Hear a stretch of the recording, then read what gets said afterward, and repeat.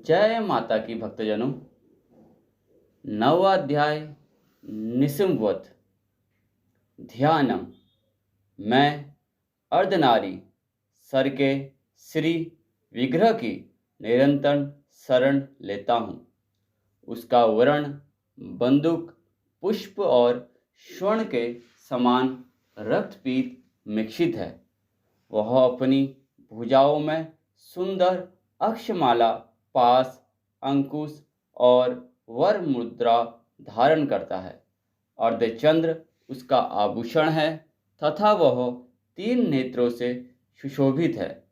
राजा ने कहा, भगवान, आपने रक्त बीज के वध से संबंध रखने वाला देवी चरित का यह अद्भुत महामत्य मुझे बतलाया। अब रक्त बीज के मारे जाने पर अत्यंत क्रोध में भरे हुए शुभ और निशुभ जो कर्म किया उसे मैं सुनना चाहता हूँ। ऋषि कहते हैं, राजन, युद्ध में रक्त बीज तथा अन्य दैत्यों के मारे जाने पर शुभ और निशुभ के क्रोध की सीमा न रही। अपनी विशाल सेना इस प्रकार मारी जाती देख निशुंभ अमस में मरकर देवी की ओर दौड़ा। उसके साथ असुरों की प्रधान सेना थी। उसके आगे पीछे तथा बड़े बड़े असुर थे जो क्रोध से ओठ चबाते हुए देवी को मार डालने के लिए आए।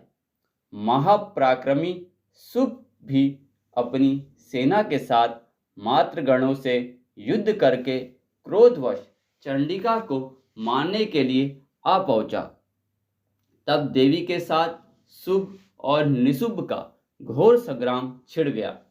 वे दोनों दैत्य मेघों की भांति बाणों की भयंकर वृष्टि कर रहे थे। उन दोनों के चलाए हुए बाणों को चंडिका ने अपने बाणों के समूह से तुरंत काट डाला और शस्त्र समूहों की वर्षा करके उन दोनों दैत्यपतियों के अंगों में भी चोट पहुंचाई। निशुभ ने तीखी तलवार और चमकती हुई ढाल लेकर देवी के श्रेष्ठ वाहन सिंह के मस्तक पर प्रहार किया।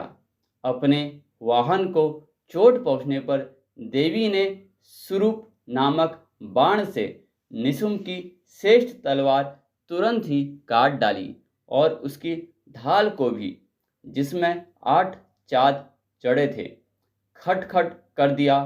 ढाल और तलवार के कट जाने पर उस असुर ने शक्ति चलाई, किंतु सामने आने पर देवी ने चक्र से उसके भी 2 टुकड़े कर दिए।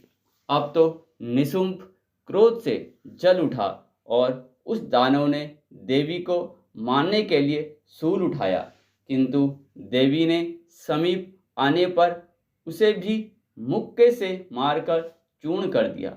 तब उसने गदा घुमाकर चंडी के ऊपर चलाई, परंतु वह भी देवी के त्रिशूल से कटकर भस्म हो गई। तदंतर दैत्यराज निशुंभ को फरसा हाथ में लेकर आते देख देवी ने बाण समूह से घायल कर धरती पर सुला दिया। उस भयंकर पराक्रमी भाई निशुंभ के धराशायी हो जाने पर शुभ को बड़ा क्रोध हुआ और अंबिका का वध करने के लिए वह आगे बढ़ा। रथ पर बैठे बैठे ही उत्तम आयुधों से सुशोभित अपनी बड़ी बड़ी 8 अनुपम भुजाओं से समूचे आकाश को ढककर वह अद्भुत शोभा पाने लगा। उसे आते देख देवी ने शंख बजाया और धनुष चढ़ाया, अत्यंत दुस्सह शब्द किया। साथ ही अपने घंटे के शब्द से जो समस्त दैत्य सैनिकों का तेज नष्ट करने वाला था, संपूर्ण दिशाओं को व्याप्त कर दिया। तदंतर सिंह ने भी अपनी दहाड़ से, जिसे सुनकर बड़े बड़े गजराजों का महान मत दूर हो जाता था, आकाश, पृथ्वी और 10 दिशाओं को गुजा दिया। फिर काली ने आकाश में उछलकर अपने दोनों हाथों से पृथ्वी पर आघात किया। उसने ऐसा भयंकर शब्द हुआ जिससे पहले के सभी शब्द शांत हो गए। तत्पश्चात शिवदूतों ने दैत्यों के लिए अमंगलजनक अट्टहास किया। इस शब्द को सुनकर समस्त असुर धरा उठे, किंतु शुभ को बड़ा क्रोध हुआ। उस समय देवी ने जब शुभ को लक्ष्य करके देखा, ओ दुरात्म खड़ा रहे। तभी आकाश में खड़े हुए देवता बोल उठे, जय हो जय हो। शुभ ने वहां आकर ज्वालाओं से युक्त अत्यंत भयानक शक्ति चलाई। अंगमय पर्वत के समान आती हुई उस शक्ति को देवी ने बड़े भारी लूके से दूर हटा दिया। उस समय शुभ के सिंह नाद से तीनों लोग गूंज उठे।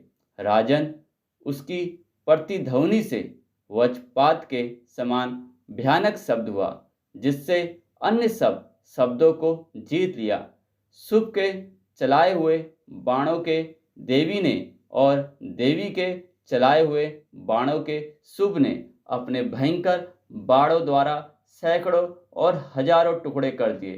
तब क्रोध में भरी हुई चंडिका ने शुभ को शूल से मारा। उसके आघात से मूर्छित हो वह पृथ्वी पर गिर पड़ा। इतने में ही निशुंभ को चेतना हुई और उसने धनुष हाथ में लेकर बाणों द्वारा देवी, काली तथा सिंह को घायल कर डाला। फिर उस दैत्यराज ने 10,000 बाहें बनाकर चक्रों के प्रहार से चंडिका को आच्छादित कर दिया।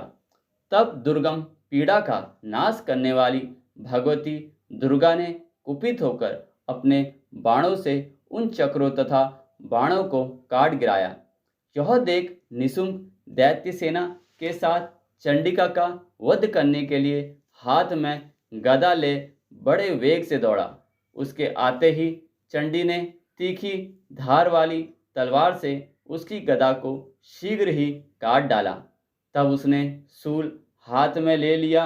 देवताओं को पीड़ा देने वाले निशुंभ को शूल हाथ में लिए आते देख चंडिका ने वेग से चलाए हुए अपने शूल से उसकी छाती छेद डाली। शूल से विदीर्ण हो जाने पर उसकी छाती से एक दूसरा महाबली एवं महापराक्रमी पुरुष खड़ी रह कहता हुआ निकला। उस निकलते हुए पुरुष की बात सुनकर देवी ठकाकर हंस पड़ी और खट्टक से उन्होंने उसका मस्तक काट डाला। फिर तो वह पृथ्वी पर गिर पड़ा। तदंतर सिंह अपनी दांतों से असुरों की गर्दन कुचलकर खाने लगा। यह बड़ा भयंकर दृश्य था। उधर काली तथा शिवदूती ने भी अन्याय दैत्यों का भस्म आरंभ किया। कौमारी की शक्ति से विदीर्ण होकर कितने ही महादैत्य नष्ट हो गए। ब्राह्मणी के मंत्र पुत्र जल से निस्तेज होकर कितने ही भाग खड़े हुए। कितने ही दैत्य माहेश्वरी के त्रिशूल से छिन्न भिन्न हो धराशायी हो गए। वाराही के थुतन के आघात से कितनों का पृथ्वी पर कचूमन निकल गया। वैष्णवी ने भी अपने चक्र से दानों के टुकड़े टुकड़े कर डाले। ऐन्द्री के हाथ से छूटे हुए वज्र से कितने ही प्राणों से हाथ धो बैठे। कुछ असुर नष्ट हो गए, कुछ उस महायुद्ध से भाग गए तथा कितने ही काली शिवदूती तथा सिंह के ग्रास बन गए। इस प्रकार श्री मार्कंडेय पुराण में मन्वंतरी कथा के अंतर्गत देवी महामात्य में निशुंभ वध नामक 9वां अध्याय पूरा हुआ।